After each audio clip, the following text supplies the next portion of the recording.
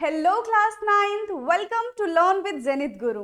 मेरा नाम है निकी पंडित और आज की क्लास का हमारा टॉपिक होगा concentration of a solution. Solution का कंसंट्रेशन क्या होता है, कंसंट्रेशन टर्म से आप क्या समझते हो। देखो, एक एग्जांपल लेके समझाती हूं मैं। हमारे पास दो बीकर हैं,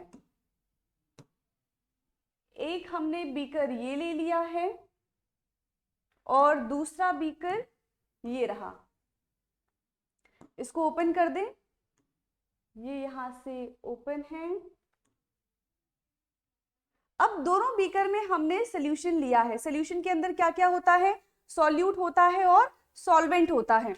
तो इसके अंदर 50 ml हमने लिया है क्या, सॉल्यूट। और इस वाले बीकर में भी 50 ml हम क्या ले रहे हैं, इसमें भी 50 ml सॉल्यूट है। अब 50 ml सॉल्यूट में एक में मैंने डाला है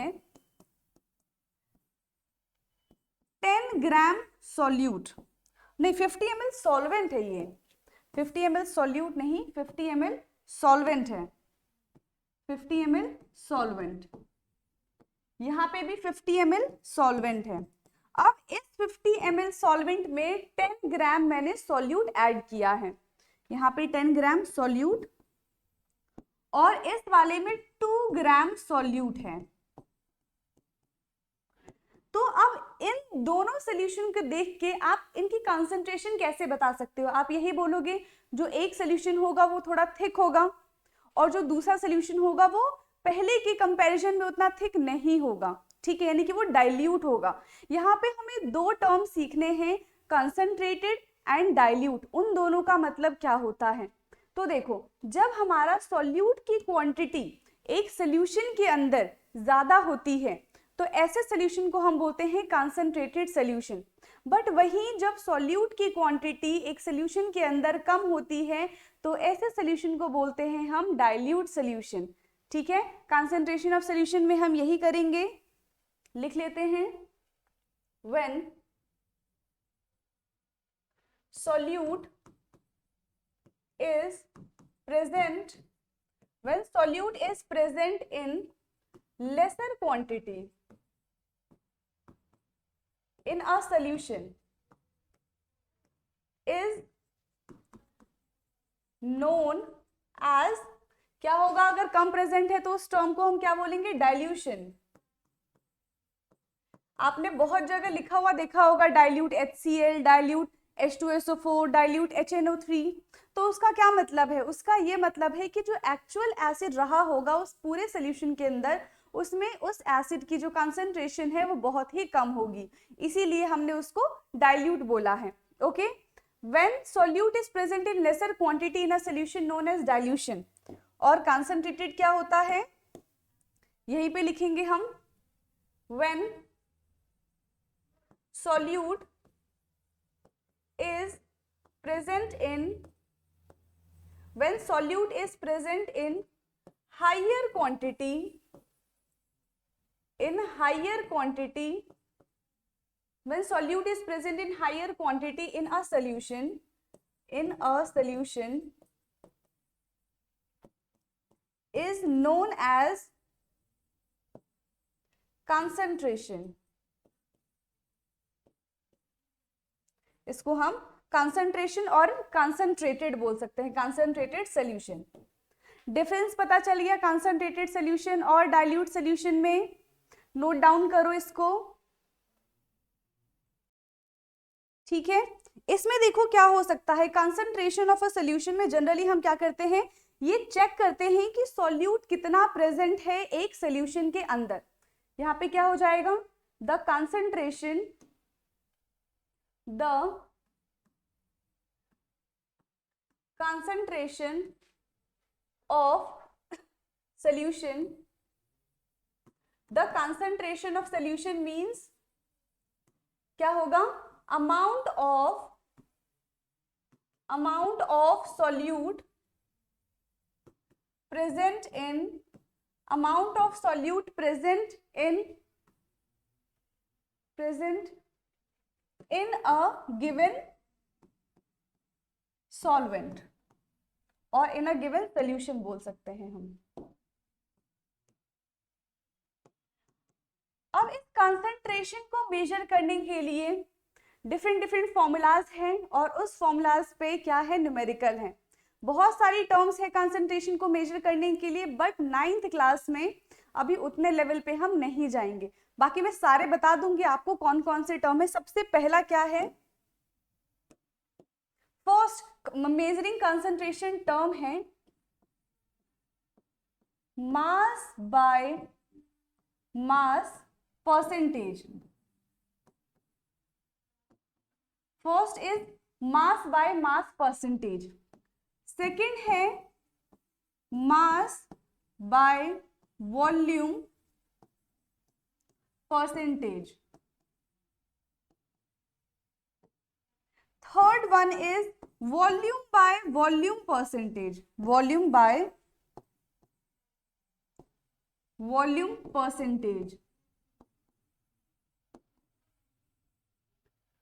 फोर्थ है हमारा मोल फ्रैक्शन,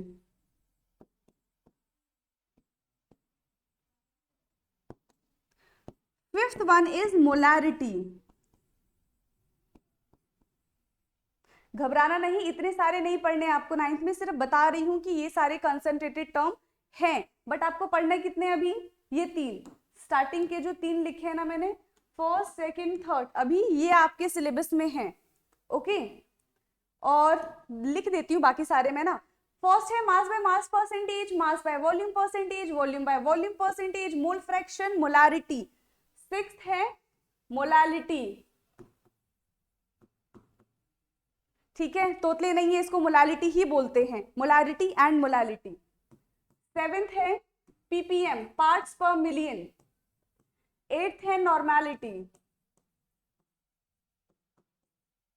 ये सारी, इन सब की हेल्प से हम कंसंट्रेशन निकाल सकते हैं किसी भी सोल्यूशन का। ओके, बट कितना पढ़ना है आपको, सिर्फ ये 3 है अभी आपके सिलेबस में, बाकी ये सारा आप कब पढ़ोगे, 11th 12th में। अब अभी से बच्चे सोच लेंगे 11th 12th में इतना सारा पढ़ना पड़ेगा, हम तो लेंगे ही नहीं साइंस, राइट। ठीक है, आपकी मर्जी है वो, बट इतना आपको पढ़ना पड़ेगा जब आप 11th 12th में चले जाओगे। तो अभी हम ये कर लेते हैं क्योंकि 9 तो पढ़नी ही है। सबसे पहला है mass by mass percentage. First is mass by mass percentage.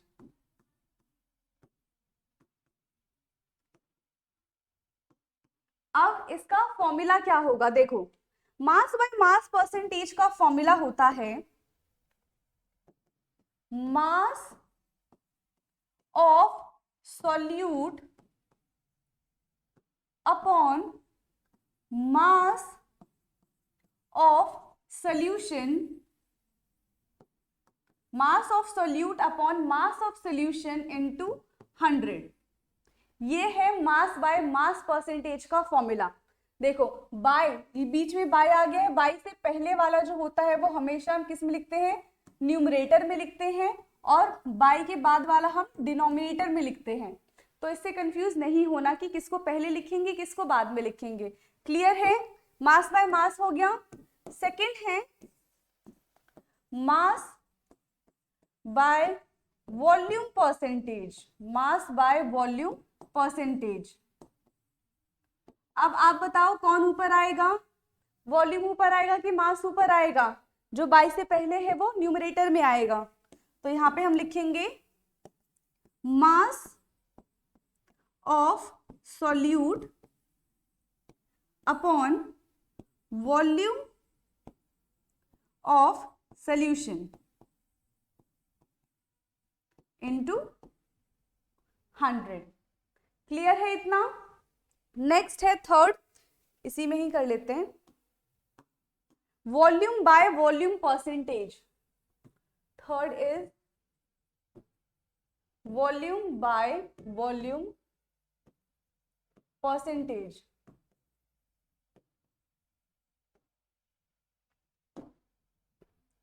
तो क्या हो जाएगा इसका, वॉल्यूम ऑफ ऊपर आएगा हमारा volume of solute upon volume of solution into 100। ठीक है, ये 3 फॉर्मूले फटाफट से नोट डाउन करो, फिर इस पे करते हैं न्यूमेरिकल। एनसीईआरटी का न्यूमेरिकल करेंगे सबसे पहले। तो क्वेश्चन है हमारा, फर्स्ट क्वेश्चन है एग्जाम्पल 2.1 एनसीईआरटी से लिया गया है। A solution contain 40 gram of common salt in 320 gram of water. 320 gram water लिया है, उसमें 20 ग्राम कॉमन सॉल्ट डाल दिया। कॉमन सॉल्ट क्या होता है? NaCl, नमक, जो हम अपने घरों में यूज करते हैं। Calculate the concentration in terms of mass by mass percentage. यहां से हमें मास बाय मास परसेंटेज की टर्म्स में कंसंट्रेशन निकालना है सोल्यूशन का। सबसे पहले क्या लिखेंगे? फॉर्मूला लिखेंगे। मास बाय मास परसेंटेज का क्या फॉर्मूला है? Mass of solute upon mass of solution into 100। यही है। सॉल्यूट कितना गिवन है हमें? 40 ग्राम सॉल्यूट दिया हुआ है, तो मास ऑफ सॉल्यूट की जगह हम क्या रखेंगे? 40 ग्राम। अब बताओ मास ऑफ सॉल्यूशन क्या है? क्या 320 gram of water mass of solution होगा हमारा? नहीं, 320 ग्राम तो सॉल्वेंट है, नीचे सॉल्यूशन लिखा हुआ है। सॉल्यूशन होता है सॉल्वेंट प्लस सॉल्यूट। तो जितना सॉल्वेंट दिया हुआ है, जितना सॉल्यूट है, जब दोनों का हम ऐड करेंगे तो हमारे पास मास ऑफ सॉल्यूशन आ जाएगा। ठीक है, कितना हो जाएगा? 320 एंड 40, 360 इंटू 100। तो 0 से 0 चला गया, 4 बन जा 4, 4 9 जा 36। क्लियर है?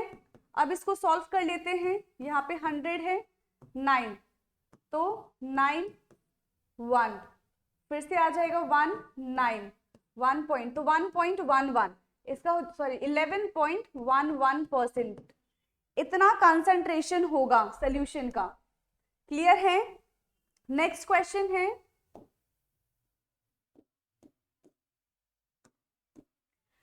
if a solution containing 20 gram of sugar dissolved in 380 gram of water, calculate the concentration of a solution। इसमें भी हमें concentration निकालना है। सबसे पहले क्या करेंगे? फॉर्मूला लिखेंगे। देखो क्या क्या चीजें हमें गिवन है, दोनों ग्राम में है, यानी कि इसको भी हम मास बाय मास परसेंटेज से ही करेंगे।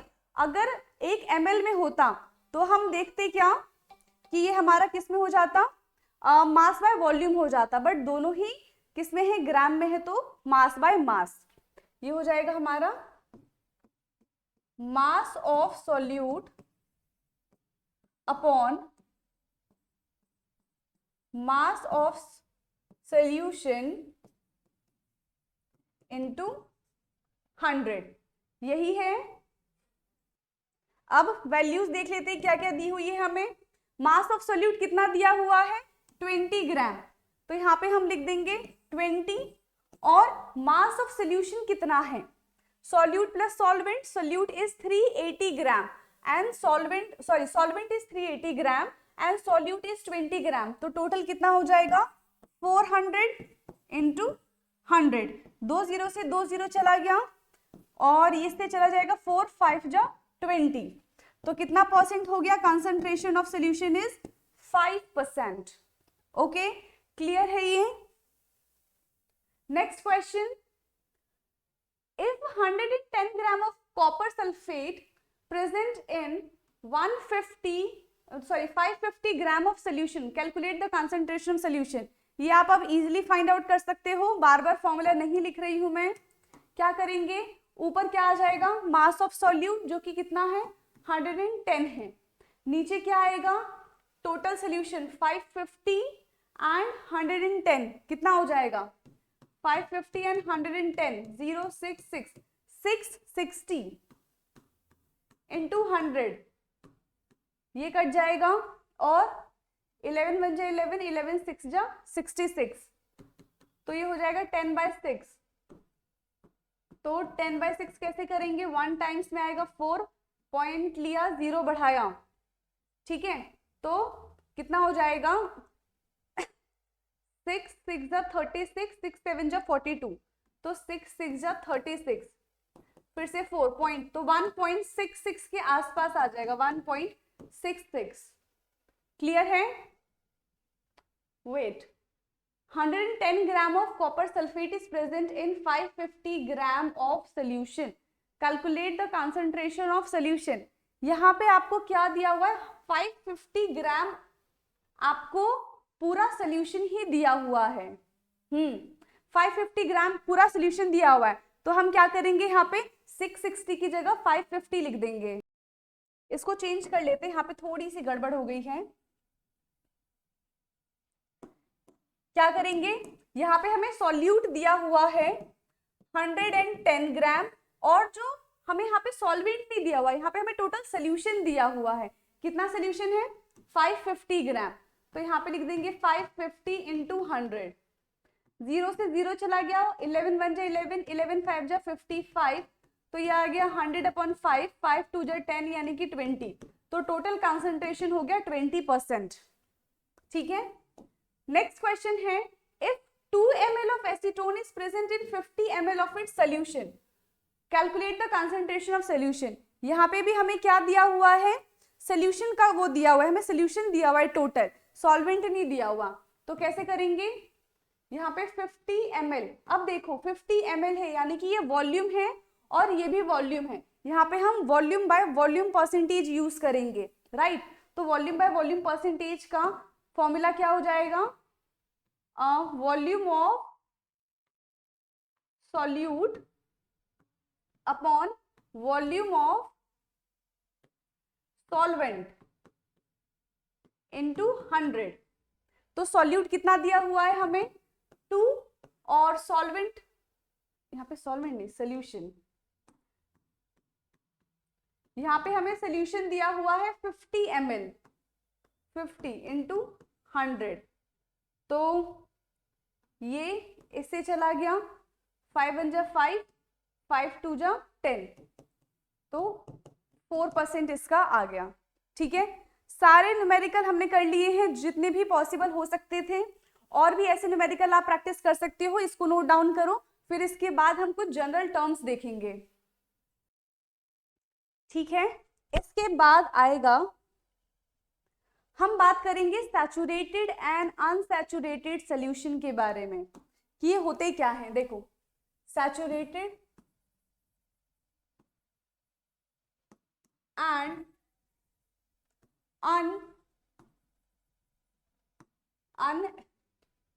अनसैचुरेटेड सॉल्यूशन,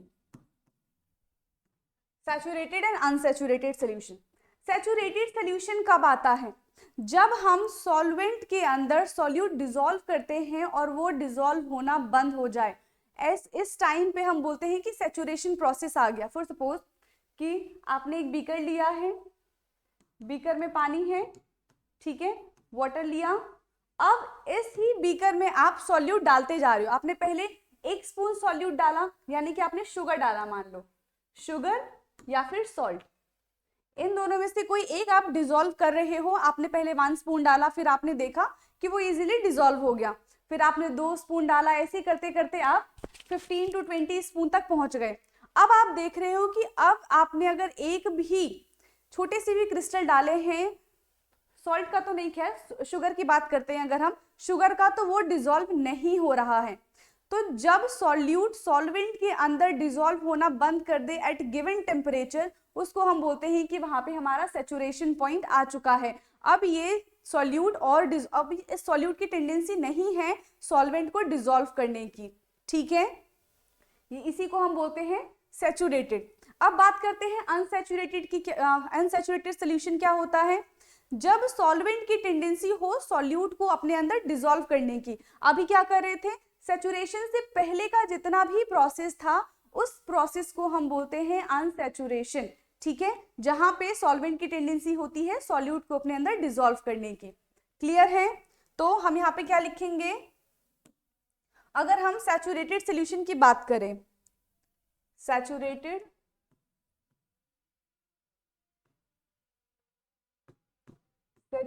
सॉल्यूशन, यहां पे हो सकता है when no more solute, when no more solute can dissolve,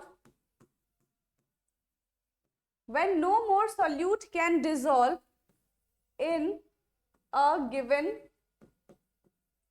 solvent at specific temperature.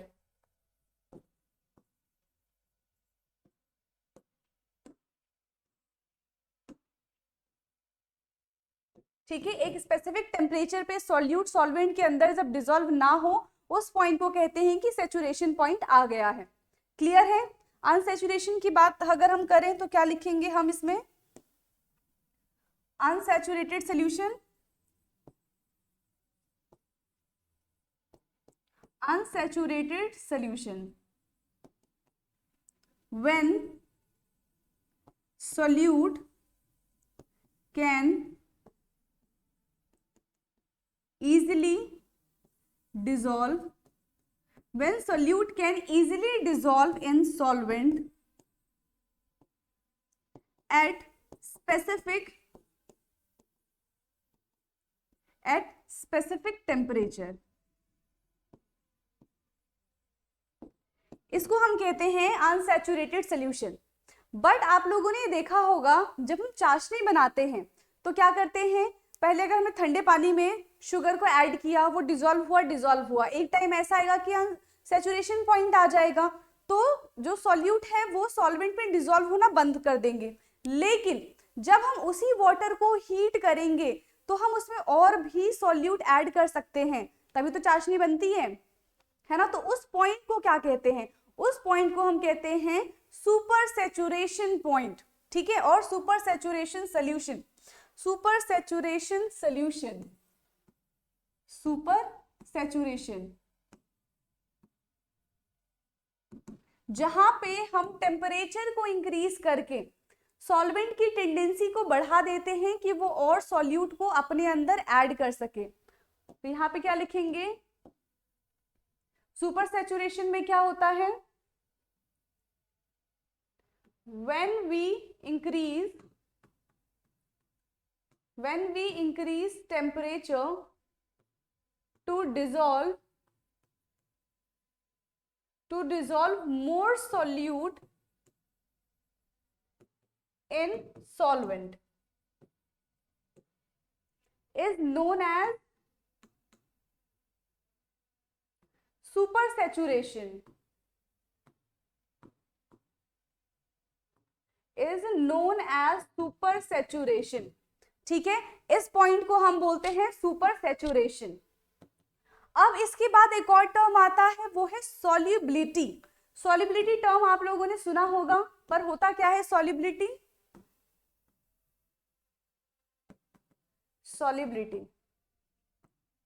Solubility होता है किसी भी सॉल्यूट की कितनी टेंडेंसी है, मैक्सिमम टेंडेंसी कितनी है कि वो एक सॉल्वेंट में जाके डिसॉल्व हो सके at specific pressure and specific temperature. उस टर्म को हम बोलते हैं सॉल्युबिलिटी, यानी कि किसी भी सॉल्यूट की हम बोल सकते हैं कि वो कितना घुल सकता है किसी भी सॉल्वेंट में। ठीक है, यहाँ पे हम क्या लिखेंगे? सॉल्युबिलिटी क्या है? द मैक्सिमम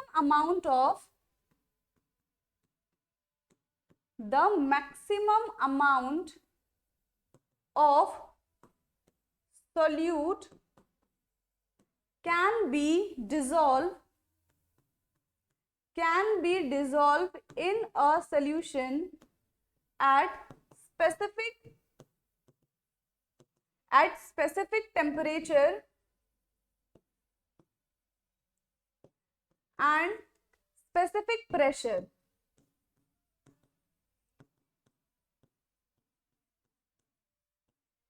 ठीक है, उसके लिए टेम्परेचर और प्रेशर हमें फिक्स करने होते हैं, उसको हम बोलते हैं सॉल्युबिलिटी, कि कितने प्रेशर पे कितने टेम्परेचर पे कोई भी सॉल्यूट सॉल्वेंट में डिसॉल्व हो सकता है, उसकी कितनी टेंडेंसी है कि वो सॉल्वेंट में डिसॉल्व हो सके।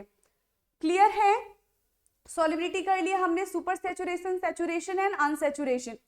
तो यहाँ पे हमने कंसंट्रेशन ऑफ सोल्यूशन वाला पार्ट खत्म किया है। अब हम चलेंगे सस्पेंशन पे कि सस्पेंशन क्या होता है। अब है व्हाट इज सस्पेंशन।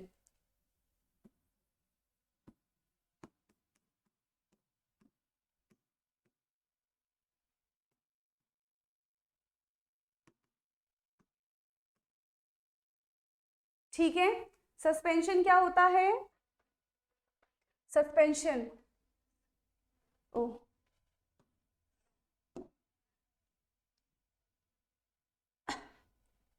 यहाँ पे आएगा सस्पेंशन। देखो सस्पेंशन क्या होता है, ये एक हेट्रोजीनियस मिक्सचर है। Suspension is a heterogeneous mixture, और जो सस्पेंशन के पार्टिकल्स होते हैं वो सोल्यूशन के पार्टिकल से बड़े होते हैं, यानी कि मोर देन 1 नैनोमीटर, जिनको हम अपनी नेकेड आई से देख सकते हैं। यहाँ पे हम क्या क्या लिख सकते हैं सस्पेंशन के बारे में? सस्पेंशन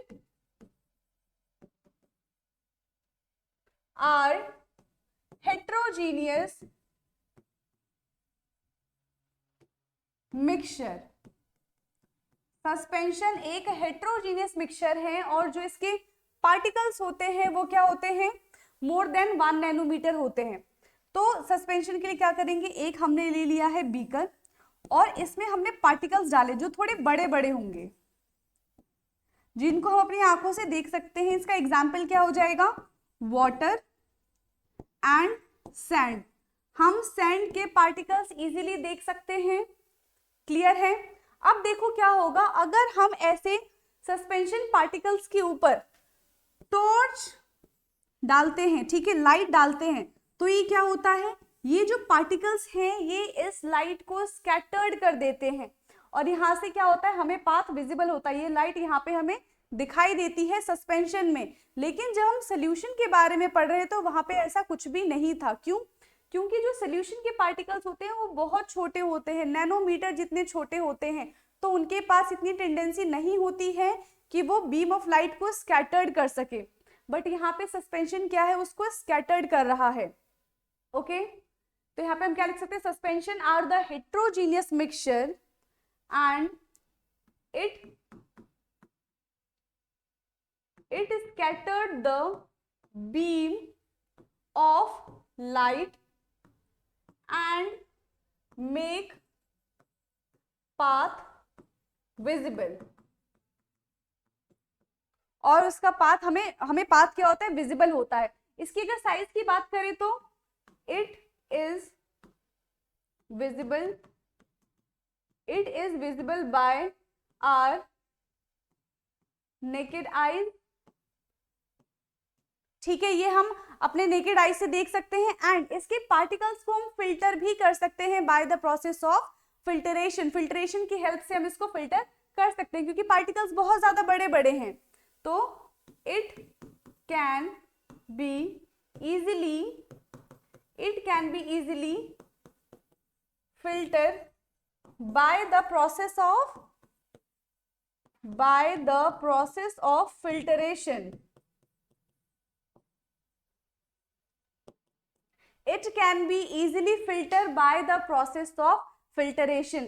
और हम क्या लिख सकते हैं, देखो ये हेट्रोजीनियस मिक्सचर है। हेट्रोजीनियस मिक्सचर में ये केमिकली बाउंड नहीं होते हैं, इसलिए तो हमने फिल्टरेशन की प्रोसेस से इसको इजीली अलग कर दिया है। क्लियर है? इसमें हम और क्या लिख सकते हैं, कितने पॉइंट्स लिखे कि हेट्रोजीनियस मिक्सचर होता है, बीम ऑफ लाइट को पास कर सकता है, और विजिबल है हमारे नेकेड आई से, and easily filter by the process of filtration. ये किसकी खासियत है, ये है सस्पेंशन के बारे में। यहाँ पे हमने प्रॉपर्टीज भी देखी और ये भी देखा कि सस्पेंशन क्या होता है। इसके पार्टिकल्स इसके पार्टिकल्स क्या होते हैं, greater than particles of solution. Clear है? एग्जाम्पल भी पता चल गया आपको, वाटर एंड सैंड। और क्या हो सकता है, व्हेन द पार्टिकल्स, यहाँ पे लिख सकते हैं the particles of the particles of solution remain suspended. उसके जो पार्टिकल्स होते हैं वो हमेशा सस्पेंडेड होते हैं। एंड एक और पॉइंट हम क्या लिख सकते हैं, when we leave solution undisturbed, when we leave solution undisturbed, then the particles of solute settle down। उसके जो पार्टिकल्स हैं वो क्या हो जाएंगे, सेटल डाउन हो जाएंगे। एक ग्लास में हमने वाटर लिया है, उसमें सैंड डाला, जब तक हम उसको स्टिर कर रहे हैं वो यूनिफॉर्मली डिस्ट्रीब्यूटेड है। बट जैसे ही हम उसको अनडिस्टर्ब छोड़ देंगे कुछ टाइम के लिए, उसके सारे पार्टिकल्स क्या हो जाएंगे, नीचे आके बैठ जाएंगे। ठीक है। और क्या हो सकता है, अगर ऐसे पार्टिकल्स जिनमें सॉल्यूट जो है वो पूरी तरीके से डिसॉल्व नहीं होता, ऐसे सोल्यूशन स्टेबल सोल्यूशन नहीं कहलाते हैं। So this is not a stable solution। अगर पार्टिकल सेटल डाउन नहीं होते, जैसे सोल्यूशन में होता है, आप नमक का पानी बना लो या फिर शुगर सोल्यूशन बना लो, एक बार आपने स्टिर कर दिया शुगर या फिर सॉल्ट को और उसको कितने ही टाइम के लिए ऐसे छोड़ दो, वो क्या होंगे, उसके पार्टिकल्स कभी भी नीचे सेटल डाउन नहीं होंगे, क्योंकि वो यूनिफॉर्मली स्प्रेड है। लेकिन इसमें ऐसा नहीं होता, तो ऐसे वैसे सब्सटेंस को हम बोलेंगे कि वो स्टेबल है, बट ये अनस्टेबल की कैटेगरी में आता है। क्लियर है, सस्पेंशन हमारा कवर हो गया। अब नेक्स्ट क्लास में हम क्या करेंगे, कोलिजन, टिंडल इफेक्ट, इन सब के बारे में पढ़ेंगे। क्लियर है, ओके। तो आज की क्लास में अगर कोई भी डाउट है, कोई भी ऐसा टॉपिक हो जो समझ नहीं आया हो, आप मुझसे पूछ सकते हो। बाकी अगर इसके पहले वाला लेक्चर नहीं देखा है तो एक बार वो लेक्चर जरूर देख लेना, जहाँ पे एनसीईआरटी की रीडिंग भी करवाई गई है और एनसीईआरटी की रीडिंग से पहले पूरा थ्योरी पढ़ाया गया है। ठीक है, क्लियर है इतना? ओके, तो आज की क्लास में यहीं पे एंड करती हूँ, मिलते हैं नेक्स्ट क्लास में। Thank you.